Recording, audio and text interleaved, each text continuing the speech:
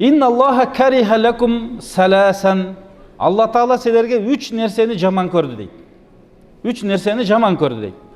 Birincisi qil va qol deydi. Aytdı, aytıldı, balança mınday dedi, imiş. Uşul сөздөрдүн бардыгын Алла Таала жаман көрдү дейт. Ушинтип отуруп, бирөөдү капа кылып алабыз, бирөөдүн акысына кирип алабыз, айтылбаган сөздү айтты деп айтып алабыз, гыйбатта ушактап алабыз. Ошондон ушул нерсе Алла Таала жаман көрдүбү, силер дагы аткарбагыла деген сөз. Андан кийин идаатул мал дейт. Акчаны, Кудай берген рызкыны пешене тери менен, чеке тери менен, адал менен таап атабыз. Ошону арам жака сарптап, малыңды жок кылып алба. Же болсо адалга болсо дагы ысырап кылып салба деген мани.